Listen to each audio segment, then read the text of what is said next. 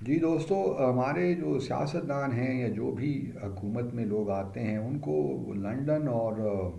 Washington D C جانے کا بڑا شوق رہتا ہے اور بے چین رہتے ہیں کہ کس طریقے سے ان دو کیپٹلز کو ہم وزٹ کریں۔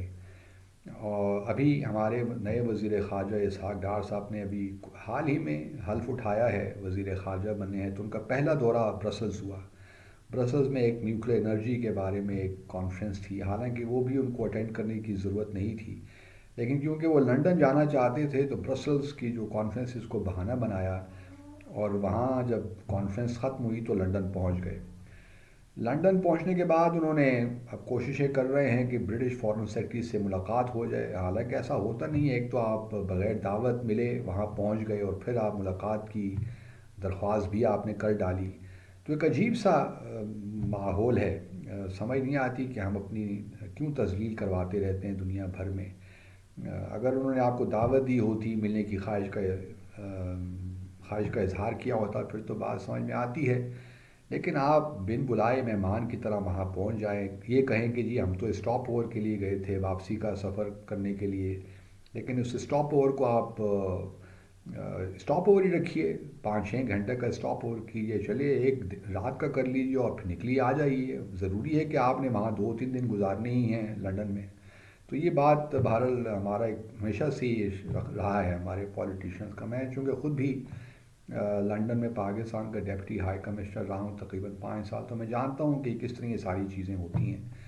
اور لنڈن میں شاپنگ بھی کی جاتی ہے۔ بہرحال اسحاق ڈار صاحب کو تو شاپنگ کی ضرورت نہیں ہے کیونکہ بہت عرصہ وہ رہتے رہے، لیکن بہرحال ایک شوق ہوتا ہے، ایک بے چینی سی ہوتی ہے کہ جب لنڈن نہ جایا جائے کچھ مہینوں کے بعد تو بے چین ہو جاتے ہیں ہم لوگ۔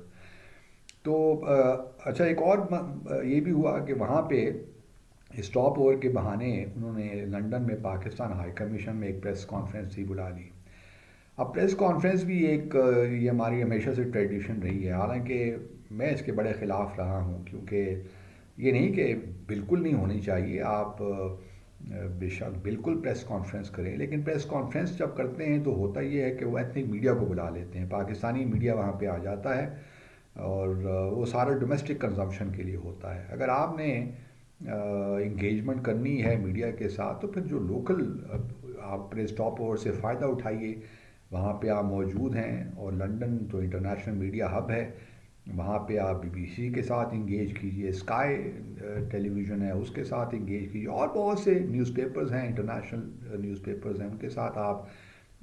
کنورسیشن کیجئے، تاکہ آپ کا جو نیریٹو ہے وہ آگے چلے، پاکستان کو کوئی امیج کوئی بہتر ہو، کچھ حالات کا پتہ چلے۔ لیکن وہ ایتھنک میڈیا کو سامنے بلا لیتے ہیں اور بٹھا دیتے ہیں اپنے سامنے، اور وہ وہی سوال و جواب۔ اچھا، اس پریس کانفرنس میں، اور یہ لنڈن میں یہ بات کرنے کی قطعاً کوئی ضرورت نہیں تھی، لیکن شاید ویسٹرن دنیا کو خوش کرنا چاہتے ہیں، آئی ڈونٹ نو کیا ان کے ذہنوں میں ہے، ہمارے جو اس وقت کی حکومت ہے۔ تو اسحاق ڈار صاحب نے کہہ دیا کہ جی پاکستانی جو ٹریڈرز ہیں، کچھ ہمارے انڈسٹریلسٹ ہیں، وہ چاہتے ہیں کہ بھارت کے ساتھ ہمارے تجارتی تعلقات بحال ہوں۔ اب تجارتی تعلقات کیا مطلب ہے اس کا؟ یہی ہے کہ جی جو 2019 کو ہم نے ایک فیصلہ کیا تھا، 5 اگست 2019 کو، جب بھارت نے مقبوضہ جموں اور کشمیر کو کا جو ایک خصوصی حیثیت تھی اس کو ختم کیا، قائم متحدہ کی قراردادوں کے خلاف اور اپنے کانسٹیٹیوشن اپنے آئین کے خلاف بھی، تو پھر ہم نے یہ فیصلہ کیا کہ جی اب ہم اپنا ہائی کمیشن نہیں بھیجوائیں گے، اور ہم جو یہاں پہ بھارت کے ہائی کمشنر تھے ہم نے ان سے بھی کہا کہ آپ بھی واپس چلے جائیں۔ لیکن یہ بات یاد رہے کہ جہاں تک تجارت کا تعلق ہے تو پلوامہ کا جب واقعہ ہوا 14 فروری کو 2019 ہی میں، بھارت نے اس کے بعد پاکستان کا جو ایک وہ کہتے تھے کہ ہم نے اس کو ایک لحاظ سے موسٹ فیورڈ نیشن اسٹیٹس دیا ہوا، اس کو ودرا کر دیا، اور ہماری جو امپورٹس تھیں بھارت میں، اس میں انہوں نے 200% تک کی ڈیوٹی لگا دی ہمارے جو بھی ہم ایکسپورٹ کرتے تھے بھارت، جو بھی آئٹمز ہمارے یہاں سے جاتے تھے۔ تو پہل تو بھارت نے کی، اس کے بعد جب یہ 5 اگست 2019 کا معاملہ ہوا تو ہم نے بالکل ٹھیک ایک پرنسپل پوزیشن لی، لیکن اس دوران بھی اگر آپ کو یاد ہو تو میاں منشا صاحب، جن کو ہم سب جانتے ہیں، پاکستان کے امیر ترین شخص، انہوں نے یہ کہنا شروع کر دیا جی کہ ٹریڈ ہونا چاہیے اور یہ ہونا چاہیے، بلکہ اس وقت پی ٹی آئی کے کچھ اپنے کابینہ کے لوگ بھی یہ کہتے رہے، رزاق داؤد رزاق صاحب، وہ بھی یہی باتیں، جو کامرس منسٹر تھے، وہ بھی یہی کہتے رہے کہ جی تجارت بحال کرنے میں کوئی حرج نہیں ہے۔ تو اس قسم کی آوازیں ہمیں پہلے بھی سننے کو ملتی رہی ہیں۔ اب سوال یہ پیدا ہوتا ہے کہ ہم تو یہ سب جانتے ہی تھے کہ اگر پی ایم ایل این کی حکومت آئے گی، بلکہ پیپلز پارٹی کی بھی حکومت فار دیٹ میٹر آئے گی، تو یہی کچھ ہوگا۔ اور کیونکہ یہ ڈیڈ لاک لوگ کہتے ہیں کہ بہت بڑا پرولونگڈ ہو گیا ہے اور اس کو ختم ہونا چاہیے، ہائی کمیشن واپس جانے چاہیے اور ٹریڈ ہونا چاہیے، اور پاکستان کو بھارت کی وجہ سے ٹریڈ چونکہ نہیں ہو رہا تو بہت نقصان ہو رہا ہے۔ بہت سی چیزیں جو ہم بھارت سے واگا کے تھرو منگا سکتے ہیں وہ اس وقت دبئی کے ذریعے آ رہی ہیں، دوسری ڈیسٹینیشنز کے ذریعے آ رہی ہیں، تو اس میں کاسٹ بڑھ جاتی ہے۔ تو کیا اس میں حرج ہے کہ ہم ڈائریکٹ ٹریڈ کریں؟ کوئی حرج نہیں ہے جی، آپ بالکل کیجئے۔ بس قومیں پھر اس طرح ہی خوار ہوتی ہیں جب وہ اپنی پرنسپل پوزیشنز نہ لے سکیں۔ حالانکہ بھارت کے ساتھ ہمارا کوئی ٹریڈ ایک امبیلنس ہی رہا ہے۔ اگر ہماری ایکسپورٹس 300-400 ملین ڈالر کی رہی ہیں تو بھارت کی جو ہم امپورٹ کرتے رہے بھارت سے تقریباً 1.5 بلین ڈالر تک ہماری امپورٹس رہی ہیں۔ تو اس کے باوجود کہ ہمیں بھارت نے موسٹ فیورڈ نیشن اسٹیٹس بھی دیا ہوا تھا، لیکن 1996 سے جب یہ اسٹیٹس ہمیں ملا، اگر اس کے بعد کی آپ ٹریجیکٹری دیکھیں دو طرفہ تجارت کی، تو بیلنس آف ٹریڈ تو مسلسل بھارت ہی کی فیور میں رہا ہے۔ تو اگر ہم یہ موسٹ فیورڈ نیشن اسٹیٹس دے دیتے بھارت کو تو پتہ نہیں کیا ہمارا حشر ہوتا۔ لیکن یہ چلیے ایک اور بات ہے، اصل چیز بعد میں کرنا چاہتا ہوں کہ اگر آپ نے فیصلہ کر ہی لیا ہے کہ مقبوضہ جموں اور کشمیر کو بس سب بھول جائیں تو ٹھیک ہے، آپ یہ کام کر لیجئے، ٹریڈ بھی شروع کر دیجئے، اور جو سفارتی تعلقات ہیں ان کو واپس اس ہائی کمیشن کی سطح پہ لے آئیے۔ لیکن قومیں اس طرح بنتی نہیں ہیں جس طرح آپ چاہتے ہیں۔ قومیں اگر بس اس طرح ہی بن جائیں تو پھر تو ٹھیک ہے، تھوڑی بہت قربانیاں دینی پڑتی ہیں۔ اور ٹریڈرز جو ہمارے ہیں یہ کون سا جو ہے ٹیکس دیتے ہیں، اور کیا یہ کتنے فائلرز ہیں، کیا ہے کہ ہمیں ان سے آئی ڈو ناٹ نو، یہ ایک الگ بحث ہے۔ لیکن سوال یہی پیدا ہوتا ہے کہ مقبوضہ جموں اور کشمیر میں آپ کی پوزیشن کیا ہے؟ اگر ابھی بھی آپ لوگ نہیں سنبھلے تو پھر بس ایک دفعہ فیصلہ کر لیجئے کہ بھئی اب چھوڑیے،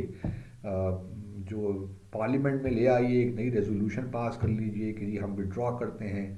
یونائٹڈ نیشنز کی سیکیورٹی کونسل ریزولوشن سے، ہمارا کوئی لینا دینا نہیں ہے، بس اب لائن آف کنٹرول کا ہم انٹرنیشنل بارڈر بنا دیں گے، بات ختم ہو۔ یہ چالاکیاں جو ہیں اس قسم کی صرف نقصان پہنچاتے ہیں، اور کوئی ضرورت نہیں تھی اس قسم کا بیان دینے کی، کیونکہ یہ جب آپ یہ اس قسم کے بیان پبلک میں دے دیتے ہیں تو بھارت سے جو جواب آپ کو ملا وہ بھی آپ جانتے ہیں۔ جے شنکر نے کہہ دیا، وہ سنگاپور وزٹ کر رہے تھے، انہوں نے ایک کانفرنس میں کہہ دیا کہ ہم کوئی بات چیت نہیں، اور یہ موقع نہیں تھا، کیونکہ اس وقت تو بھارت افورڈ ہی نہیں کر سکتا کہ الیکشن، مودی کی حکومت افورڈ ہی نہیں کر سکتی کہ ہمارے ساتھ بات چیت کرے۔ انہوں نے الیکشن میں جانا ہے، انہوں نے اپنی پوزیشن کو سخت رکھنا ہے، تو اپنی پوزیشن کو کیوں خراب کرتے ہیں؟ جب آپ یہ اسٹیٹمنٹ دیتے ہیں تو اپنی پوزیشن کو جو نیگوسیشنز کی پوزیشن اس کو آپ ویکن کرتے ہیں۔ اتنی سفارتکاری بھی آپ کو نہیں آتی کس وقت کیا اسٹیٹمنٹ دینی چاہیے، اس وقت یہ باتیں کرنے کا نہیں ہے۔ الیکشنز ہو جانے دیں، پھر اس کے بعد ہم بھی آپ کو تجویز کر سکتے ہیں کہ کس طرح آگے بڑھیں اگر آپ ہم سے مشورہ کرنا چاہتے ہیں۔ لیکن یہ اسٹیٹمنٹ بالکل ال ٹائمڈ اسٹیٹمنٹ، ال ایڈوائزڈ اسٹیٹمنٹ، ال کنسیڈرڈ اسٹیٹمنٹ تھی، اور اس سے آپ کی جو مذاکرات کی پوزیشن ہے وہ ویکن ہوئی ہے، کیونکہ جے شنکر نے آپ کو ٹکا کے جواب دیا ہے، اور انہوں نے وہی مانترا جو ہے ٹیررزم کا اس کو کہا ہے کہ جب تک ٹیررزم ہے ہم پاکستان سے بات نہیں کر سکتے۔ تو اب آپ کے پاس I not know who advised ہم، اور یہ جو ناتجربہ کاری ہے وہ اب سامنے کھل کے آ گئی ہے کہ فوراً پالیسی یا ڈپلومسی کو کنڈکٹ کرنا اتنا آسان کام نہیں ہے جتنا لوگ سمجھتے ہیں۔ تو اسحاق ڈار صاحب ممکن ہے اچھے فائنانس منسٹر ہوں، اس کے بارے میں بھی بہت سے اختلافات، مطلب اس اوپینین کے بارے میں بہت سے اختلاف ہے، لیکن بہرحال پہلا ہی جو اسٹیٹمنٹ ہمارے نئے وزیر خارجہ نے دی وہ بالکل ہی نامناسب تھی اور کوئی تک نہیں تھی اس کی۔ Thank you.